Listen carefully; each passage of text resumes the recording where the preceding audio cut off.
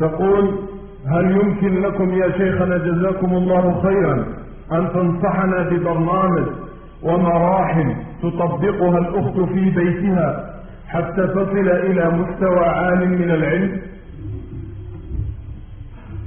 نعم، الذي ننصح به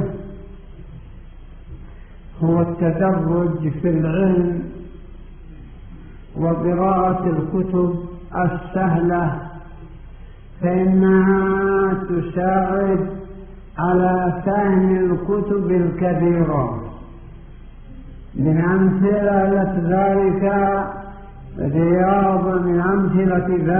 رياض الصالحين، وهكذا فتح المجيد شرح كتاب التوحيد، وبلوغ المرام للحافظ ابن حجر. هذا إذا كانت تفهم هذا، وإن لم تكن تفهمه فهناك كتاب صغير أعرضه لأخينا الفاضل الشيخ محمد بن عبد الوهاب اليمني الوصابي، اسمه القول المفيد في أدلة التوحيد.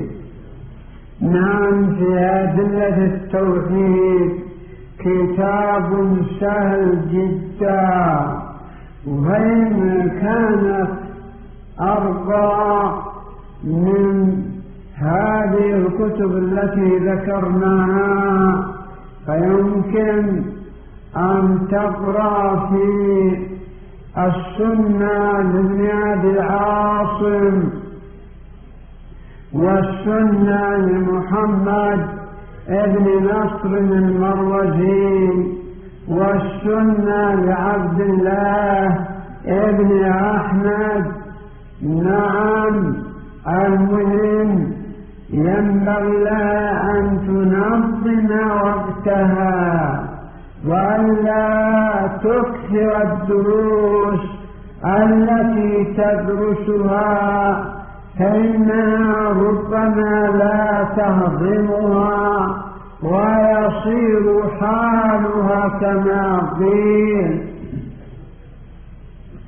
ومشتت العجنات ينفق عمره حيران لا ظفر ولا إخفاق.